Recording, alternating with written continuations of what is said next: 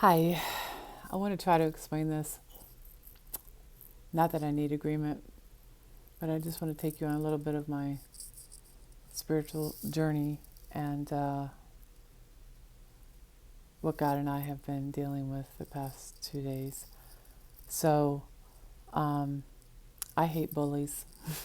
I used to beat up bullies in school. Most of those things were over racial issues. Um, Light skinned girls picking on my dark skinned best friend, Wendy, and making, and I hated it. And I always have been an advocate and fighter for people who take advantage. And I've been a bully myself too at times. And um, anyway, so in 1992, an ex-boyfriend tried to kill me.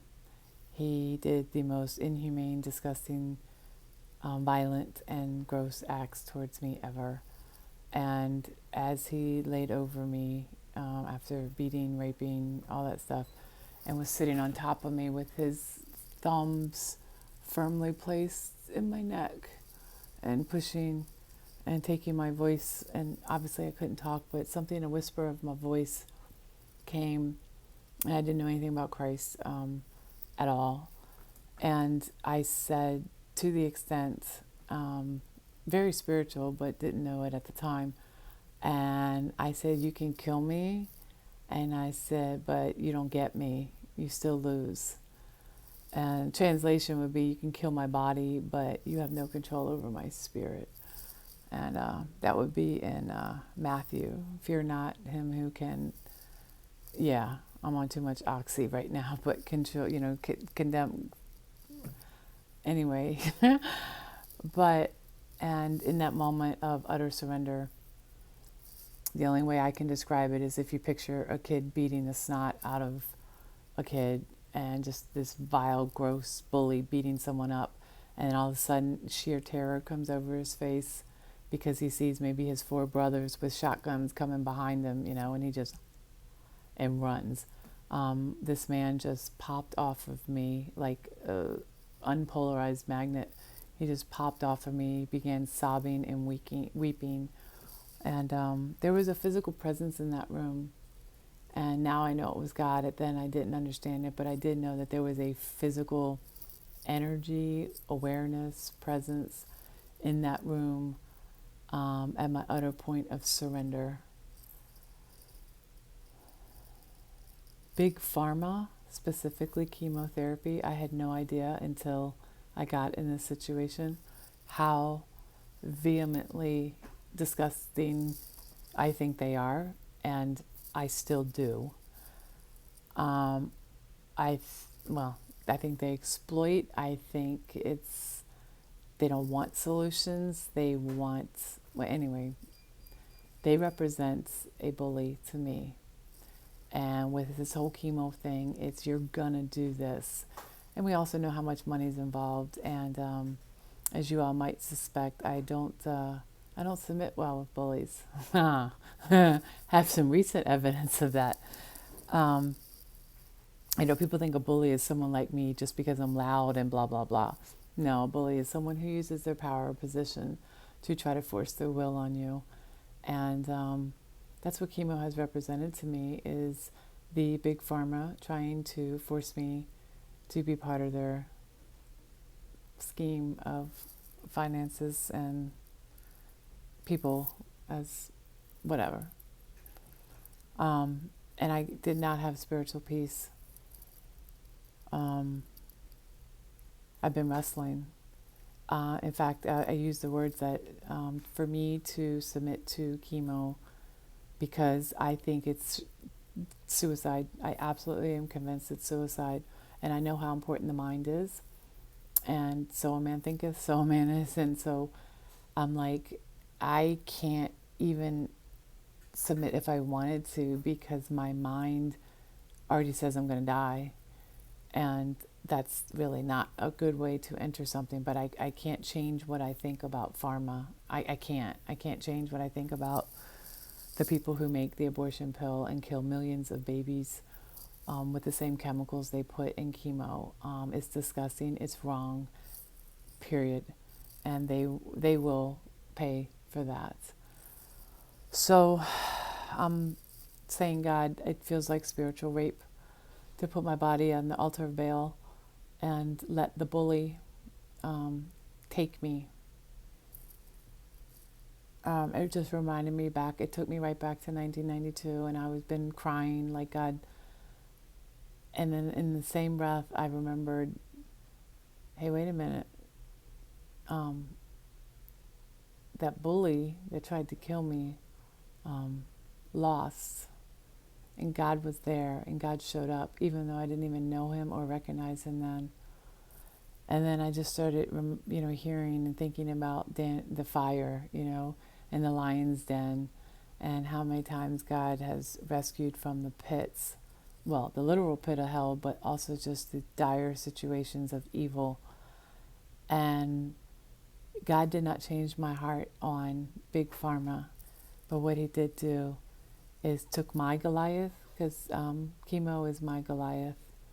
I'm scared of it because I don't want to sacrifice myself on an idol, to an idol of evil.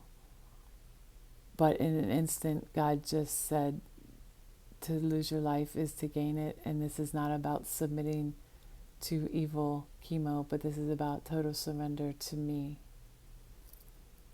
I don't want to do chemo, but I want to completely let go.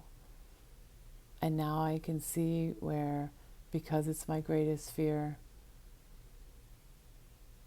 suicide. I've never had a thought of suicide. I'm sorry if you have. I don't understand that. I love life. But to walk into something that I think is sure death is, I guess, my ultimate surrender. To say, God, I'm going to stop trying to drive this narrative. Clearly, my homeopathic stuff didn't kick in. And if it's the wrong decision, God knows my heart. And right now, my heart is, no one's convinced me that it's going to work, but I'm convinced that you can use what Satan uses for evil to kill babies with these chemicals and snuff out people. You meant it for good, and that's what I'm clinging to right now. Me and my oncologist had a wonderful talk today. She actually cried and apologized to me because she's been mocking my faith. And we had an amazing breakthrough. And she goes, I'm glad you're finally accepting chemo. I said, I'm not accepting chemo. I'm surrendering to Christ. And they're Jewish, and I had just a really neat conversation with them. And anyway, I'm at peace. I'm going to do this. And the interesting thing is, I do care about the outcome. I do want to be here. But it's my Goliath. It's my Goliath. And David, where everyone else was focusing on Goliath, David focused on God. So I'm going to stop focusing on Goliath and trying to prove how evil many medicines, not all, of course, but many things. He shifted my focus, and my focus is now on utter surrender to him. So that's where I'm at. So in a couple hours, I'm going to get a port. I'm getting biopsies, and I would assume very quickly, very shortly, in the next week, next couple of days, possibly even, that I'll be starting chemo. Or should I say, I'll be starting to utterly let go of all of me. And I ended my poem years ago. It said, there is where I want to be, more like you and less like me. So please burn, shape, crush, and restore me into a woman that honors you more.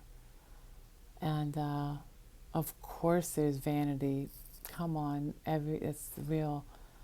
But it's the frailty and weakness and all those things that I've never wanted to be. but I'm learning that there's strength in weakness, and that's where I'm at. So I still applaud all you homeopathic people, but I guess this is my chance to utterly trust. And I got this tattoo for a reason. Trust in the Lord with all your heart, lean not on your own understanding, in all your ways acknowledge Him, and He will make your path straight. And I guess I can see my own understanding was in the way of me being at peace with chemo, because it still doesn't make logical sense to me based on what I know. But God's got my back. So this is a really long video. I don't know if I made sense. I'd like to say I don't care, but I do care. I wish I wasn't on drugs. I probably could have done it in 5 minutes, but I love you all. I really appreciate you. And I'm done. I'm done trying to drive the narrative. My mind has been my worst battleground because I'm just a thinker and a problem solver. But like my salvation, I didn't do anything. While I was dead in my transgressions, Christ came and got me. So in my death to my own wisdom and understanding and control, letting completely go of that. Let me rephrase that. God taking that from me. Your will be done. Your will be done. That's all I can say. So here I go on a journey. Keep me in prayer, and I'm going to say it. See you on the other side. Whatever that means, it means. So God bless you all. Thank you so much. I know you hear my speech. So yeah, I've had amazing opportunities. The breakthrough with my oncologist was, honestly, it makes it all worth it. I said I need to tell you about my testimony. And when she started crying and she apologized, it was the balm of Gilead. And to see her colleague, see her cry and apologize to me was just such a powerful, intimate moment. And to think that I got to be part of that, and it was because of my fear, and it's just pretty cool. And one of my other doctors' name is Muhammad. You know what conversations we're going to get in. Anyway, I love you all so much, and I cannot tell you how amazing your little posts are. I know so many of you all like to personally text me. I am reading them. So, God bless you, and yeah, so sorry. A 13-minute video. If you made it to the end of this, you get a secret decoder ring. All right. So, to live is Christ, to die is gain. Isn't that right? I think so. Oxycontin, Valium, and Dilaudid. That's the combination I got to get rid of this sharp pain. All right, guys. I was about to kiss you. Love you. Thank you.